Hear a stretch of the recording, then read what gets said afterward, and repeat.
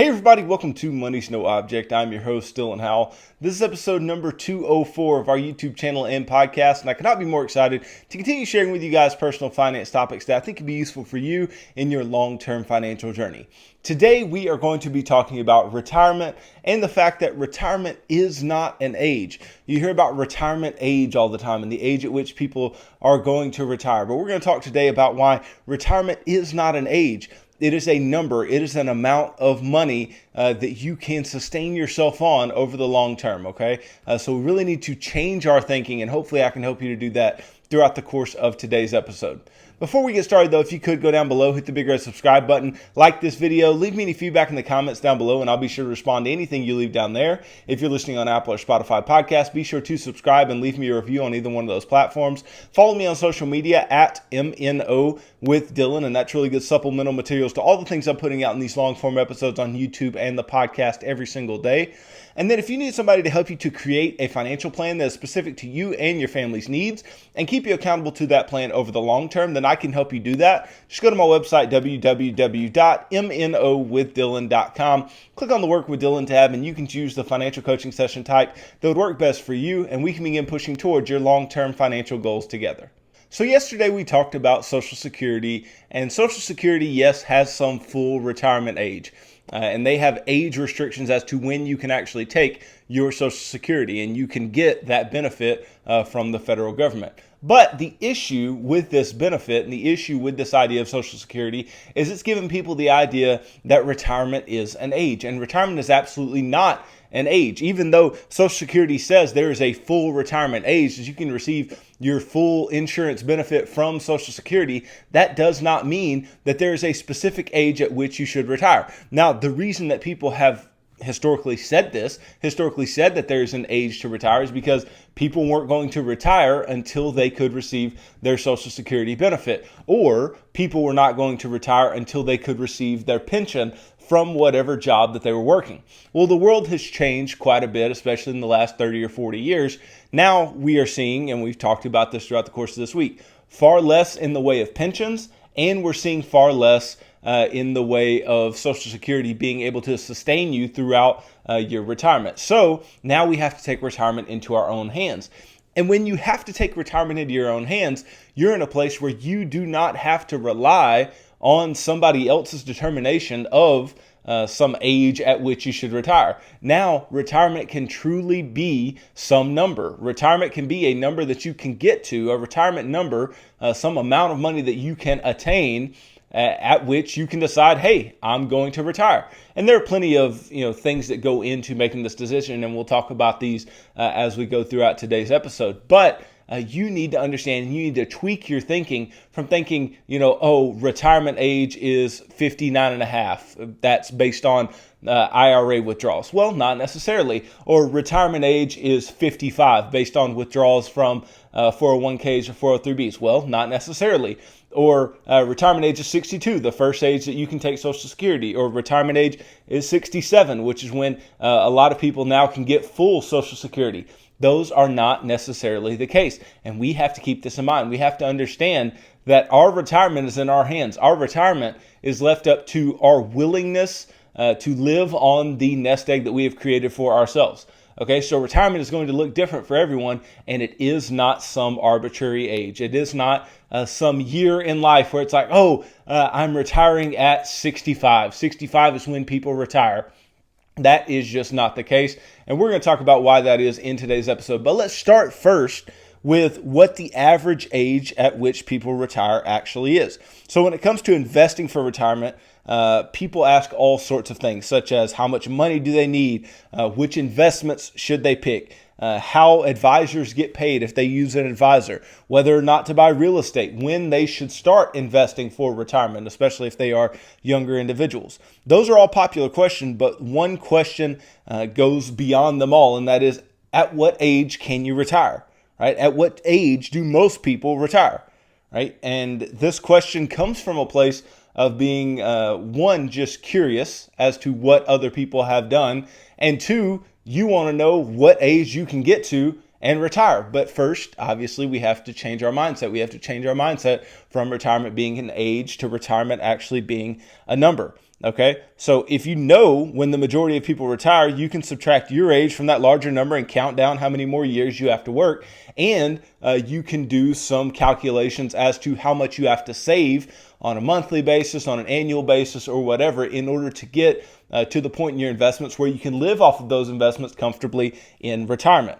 Okay, but the short answer as to when do other people retire, right? Well, the average age in America today is 61 years old. 61 years is the average age at which people retire. And many of you hear 61 and you go, well, that's old. Like that doesn't leave many years to enjoy retirement, or really doesn't leave many able-bodied years in order to enjoy retirement. Well, if that is your thought process, well, guess what? You actually have to do more work than everybody else, because you have to build up a nest egg large enough to live on for more years, and you have to do it in a shorter amount of time than everybody else if you want to retire before age 61. But if you have the mindset of, you're already coming up on 61, or maybe you're not, but you're thinking, well, 61 is just not that old. My mom is 61, or my grandpa is 61, or somebody in my family is 61, and they get around just fine and they work just fine, right? Then you may be somebody who has a longer time horizon over which you can save and invest for retirement and prepare for that point at which you are going to have to live off of the investments that you have, right? But everybody is going to have a different view of this, and we can't use 61 as our benchmark.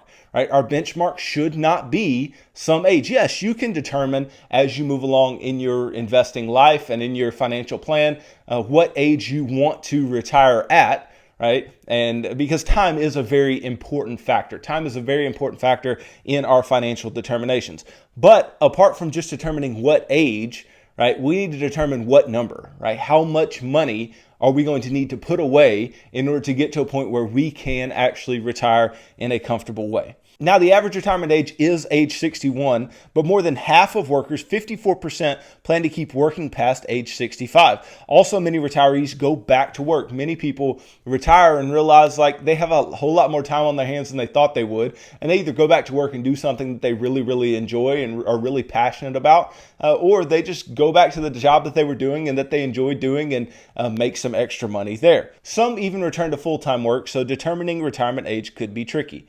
Now, the average retirement age can get even more muddled. When the average retirement age is 61, most people can't collect their full Social Security benefit until 67, right? If you were born after 1960, which we talked about in yesterday's episode.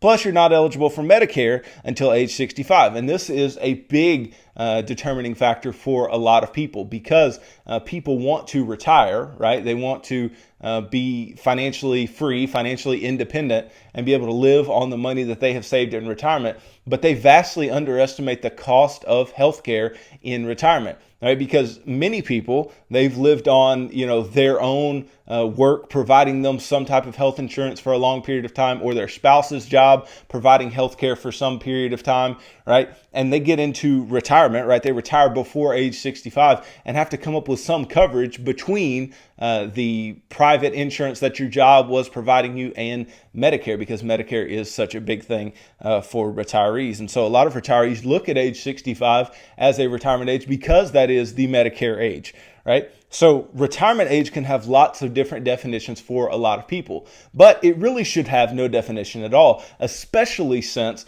Social Security should not play such a large part in your determination of when you are going to retire or the amount of money that you're going to retire on. And if we have adequate money set aside to sustain us in retirement, that means we have also factored in the cost of health care. And so we do not have to worry about the fact that Medicare is not in place yet by the time that we retire, right? So if you want to know the average retirement age, you're asking the wrong question. And here's why. The average retirement age really doesn't matter. There's a dangerous myth that is permeating the workforce today, and you've probably heard it. Right? You may even believe it yourself. People think that if they have just meager retirement savings or none at all, that they can just work longer. Right? Some decide they'll just never stop working. Right, time to lay down some truth. A recent study found that a whopping 56% of retirees said goodbye to their jobs sooner than they had planned. Only a third of retirees retired when they expected to. Now, what does this tell us? This tells us that we get tired of working after a while, and we get tired of having to put up with the same mundane 9-to-5 job that we've always wanted to put up with. right? So let's translate this. You may think you'll work longer to make up for the lost investing time, but you probably won't. At least that's what the numbers tell us. So while working a couple years longer may be a feasible option for some, it's not a guaranteed alternative for everyone. And not only is it not a guaranteed alternative because of the things that we can control, like our own attitudes toward our job and how we feel about our work and what we plan to do. Not only is it not guaranteed for those reasons, but it can also not be guaranteed because our health deteriorates faster than we planned on it deteriorating, right? So if you can no longer work, if you're disabled, you can't do the job that you used to be able to do, then that can be a big issue, right? In talking with people who retired sooner than they wanted, right, you learn that the reasons for doing so vary from person to person. Some got laid off, others had to take care of an elderly or sick relative. Many folks retired because of their own health problems, like I was just alluding to. For a lot of people, staying in the workforce just wasn't an option given their circumstances, right? Their circumstances did not allow them to stay working, did not allow them to continue to bring in the income that they were bringing in.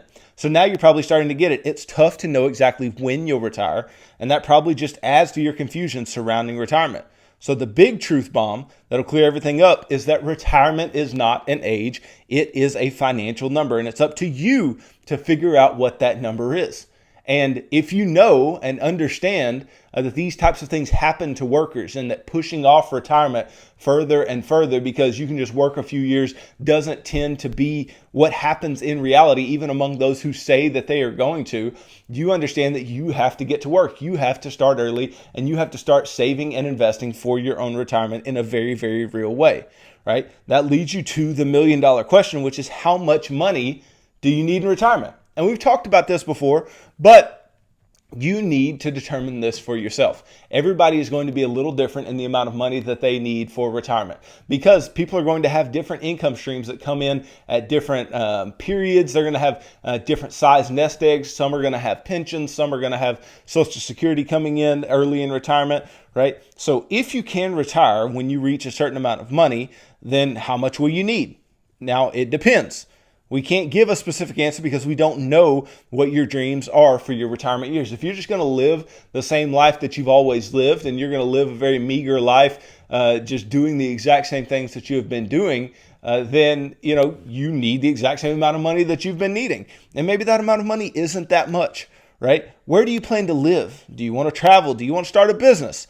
Right? Do you want to work part-time? You understand that this question is not such an easy answer. It's not such an easy answer as to what the retirement number is that you need to determine for yourself. Now, we have talked about how you can come up with a retirement number that will be beneficial to you and that will allow you to live in a comfortable way, right? I've talked about forecasting out your expenses, adjusting for inflation, adjusting for increases in the costs of healthcare and these different areas that are going to be more costly as you age, and decreasing the costs in areas like housing, where most people that are retired, they either downsize or they have their house paid for, so they don't have to worry about that. And then really get down to, can I cover my expenses every single year on the growth of my nest egg? Because if you can do that, right, then what you can do is you can grow your nest egg at that percentage every single year on average, right? It's not going to be perfect, but every year on average, and create the amount of income that you need to maintain your nest egg, keep your nest egg going,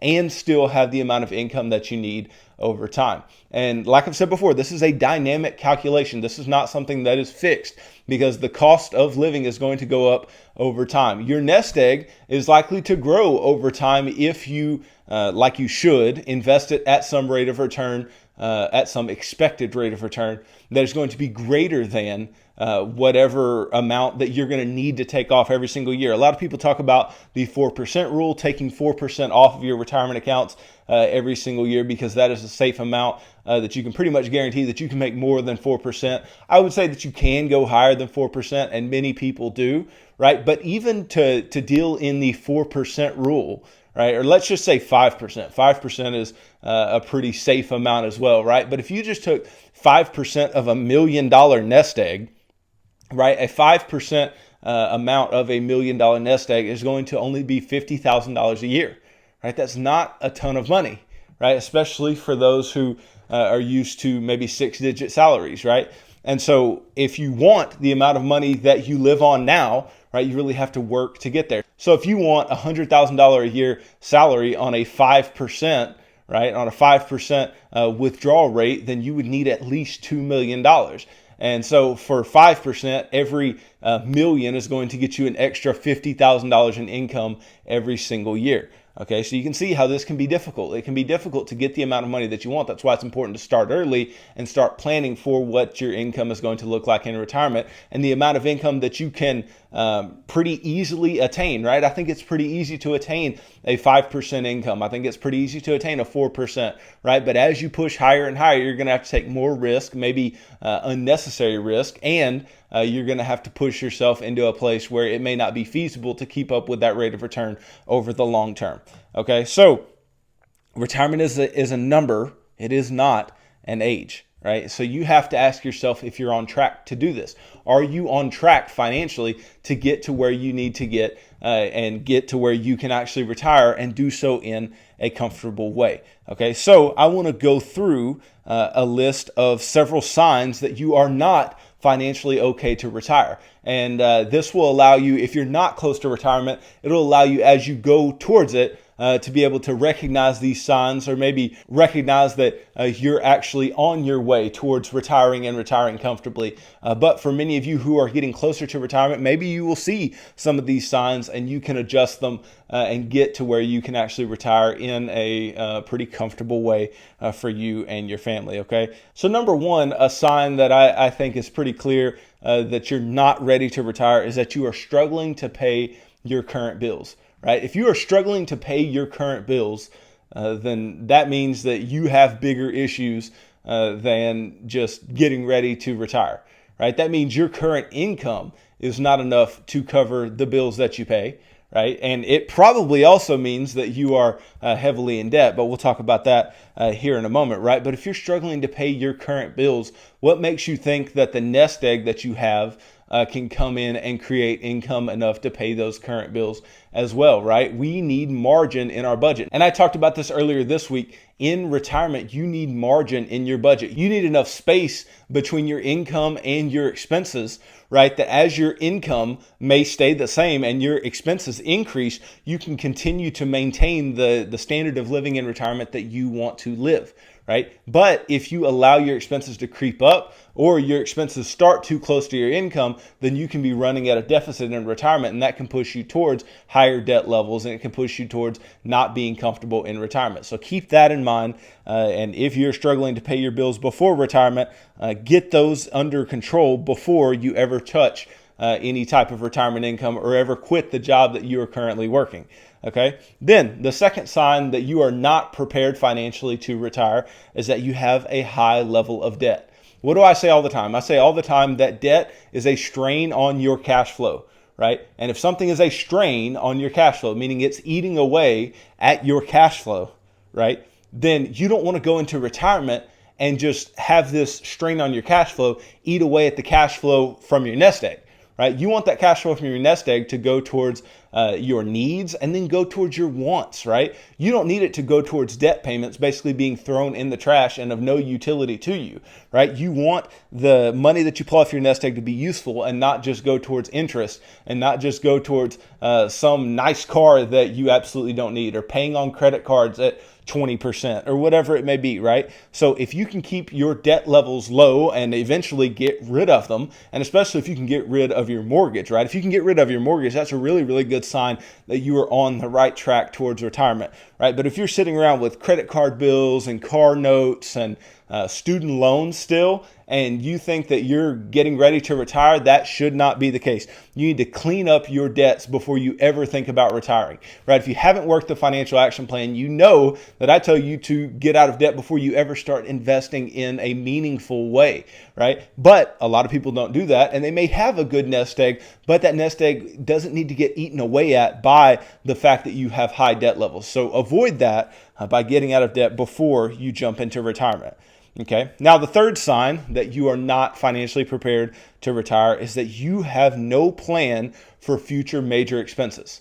Okay. What are future major expenses? Well, one, we always need to have an emergency fund because heat and air can go out in your home or wherever you live, right? You can get into a car accident and it's your fault and you have to pay a deductible, right? You may need a new car. You may need to go and buy a new car. And we don't want to go into debt to purchase a new car. We want to be able to, purchase that big expense in cash, right? And if you have no plan for this, if you have no plan for the fact that things like this can occur, then you're going to eat away at your nest egg even faster. If you see a particular pattern here between these different signs that you're not ready to retire, all these signs are based on the fact that they would eat away at your nest egg. And we want things to eat away at your nest egg as little as possible as we go through this list. We want things to, especially anything that can be expected and anything that can be forecasted, we want to be able to plan for it. We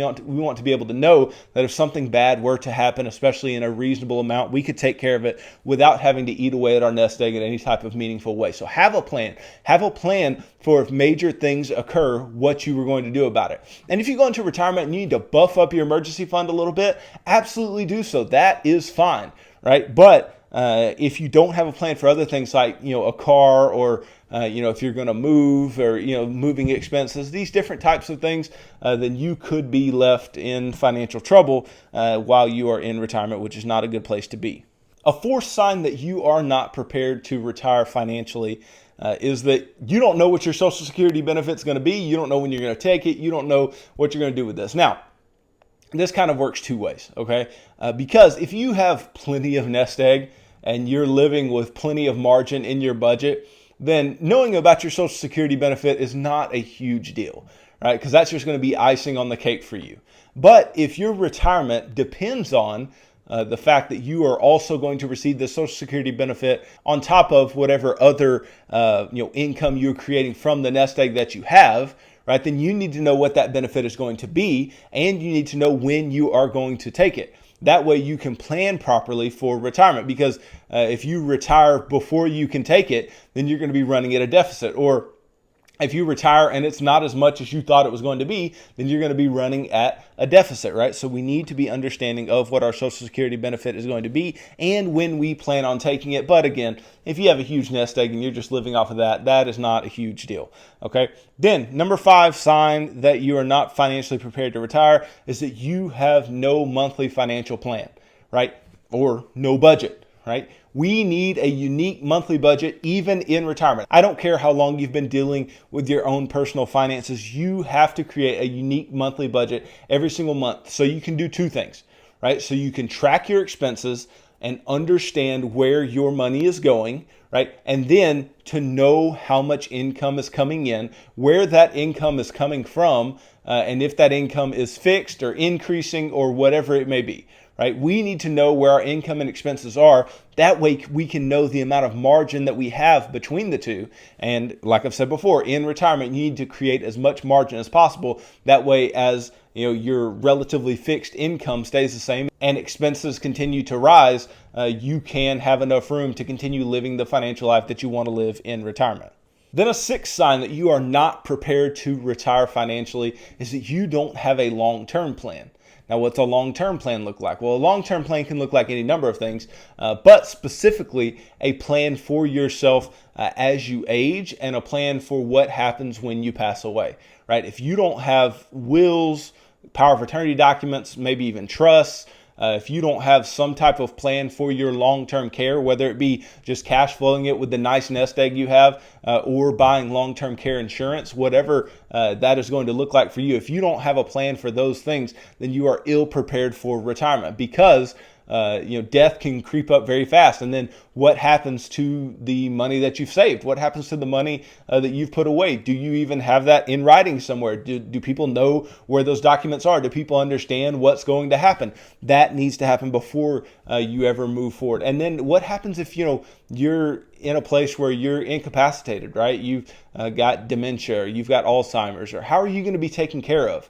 Right? Who's going to know what to do when it's that time? Who's going to be able to sign documents for you? Who's going to be able to get your long-term care insurance or your financial assets and be able to pay people to take care of you in some long-term care facility? These things are very bleak, right? In view, we think of retirement as a lot of fun, but these are very true things that you need to pay attention to as you lead into retirement. If you don't have them planned out or taken care of beforehand, then you are going to be in trouble when they actually hit if you don't get those things taken care of. So get those things taken care of, then you can look towards retiring with a little more excitement and a little more joy. Then the seventh thing that shows me that you are not financially prepared to retire is that you don't account for inflation. And I talked about this a moment ago when you're talking about your expenses and knowing that retirement is a number, it's not an age, right? Then you need to take inflation into account. Inflation is a real big buzzword right now because we are seeing inflation in our current economy, right? But as the prices of goods and services go up, and your income stays the same. I keep saying this, right? Because it's going to happen. It's going to happen if you're, retired for, 30 years and you make the exact same income for 30 years, right? Well, the margin that you have over your expenses is going to get smaller and smaller and smaller, no matter the size of the inflation. No matter if inflation is 2% or 4%, inflation is going to eat away at the value of your money, and you must understand that and be able to take into account what inflation might be when you are making your expectations of the money that you should take out every single month. Then an eighth sign that you are not prepared to retire is that you do not know where your income is coming from in your retirement portfolio. Now, what do I mean by this? I mean, what's going to create the income that you're going to live on? Are you just going to sell shares of stock that you already own or mutual funds that you own? Are you going to purchase dividend-paying stocks or dividend-paying mutual funds and ETFs that you're going to live off of the dividends that they create? Are you going to buy bonds or bond funds that are going to provide interest enough for you to live on? What are you going to do in order to create the income that you need to create? Are you going to buy rental real estate that's going to pay some income to you in the form of rents? What are you going to do? If you don't know how you're going to create the income, you just know you have the number that you need, right? Then you're still not prepared. You need to know how the income is going to come to you and in what form, how often. That way you can budget and plan effectively. Then the last thing that shows me that you are not prepared for retirement. It's a sign financially that you are not prepared for retirement. And it's not so much a financial sign as it is just a sign in general. And that is that retirement worries you, right? Now, I know everybody has a little bit of anxiety and they're a little scared going into retirement. But if you're worried about retirement and worried about not working and worried about not being able to keep up with your expenses or not being able to live the life that you want to live in retirement, it's okay to give yourself a little more time if you can. Right? It's perfectly okay to do that. It's okay to work a little longer and really get things, planned out and correct. But a lot of people get really worried when one of two things: when they don't have a plan, right? They're not prepared for what's coming. They haven't thought about it. They haven't sat down and written it out and tried to figure out exactly what's going on with them. So if they don't have a plan, that's obviously problematic, right? But they also get really worried when they know that they're not where they're supposed to be. Right. So if you're in either of those places where you haven't planned it out yet, or you're not where you're supposed to be, or both, then you're not ready to retire yet. So take some more time, plan it out, understand where you need to be before you can even step into the place of retirement, right? And then finally make the move and get yourself into that position where your nest egg is now sustaining you and not your income. Okay. So those are the things that financially show me whether you're ready to retire or not. Hopefully you can take those to heart, and hopefully all those speak to the fact that retirement is a number and not an age. And that's what I want you to take away from today, is that retirement is a number and not an age. Retirement is a nest egg size. It is a amount of return that you can make on that nest egg to create income that will sustain you, right? It's taking into account inflation in your expenses. It's taking into account the margin that you'll have between your income and expenses. It's all of these things, and you have to keep these things in mind when it comes to your retirement planning, and make a really, really good plan. It's not going to be perfect, right? But the more thinking that you do and the more tedious you are at creating the retirement plan that you create, the better off you're going to be, and the more likely you're going to be able to live comfortably over the long term in retirement. So be tedious, be very meticulous in the way that you go about making your retirement plan, and you will be perfectly fine. But just remember that nobody says you have to retire at 65. Nobody says you have to retire at 59 and a half. Retire when you want to retire, but just have the plan in place that will allow you to sustain yourself in that retirement. So thanks for watching this video. If you could go down below, hit the big red subscribe button, like this video, leave me feedback in the comments down below, and I'll be sure to respond to anything you leave down there. If you're listening on Apple or Spotify podcasts, be sure to subscribe and leave me a review on either one of those platforms. Follow me on social media at MNO with Dylan, and that's really good supplemental materials to all the things I'm putting out in these long form episodes on YouTube and the podcast every single day. And then if you need somebody to help you to create a financial plan that's specific to you and your family's needs and keep you accountable to that plan over the long term, then I can do that. Just go to my website, www.mnowithdylan.com, click on the Work with Dylan tab, and you can choose the financial coaching session type that would work best for you, and we can begin pushing towards your long-term financial goals together. So tune in tomorrow as I talk about the FIRE movement and its impact on people's retirements and how people think about retirement in America today. So thanks for tuning into this episode of Money's No Object. I'm your host, Dylan Howell. God bless.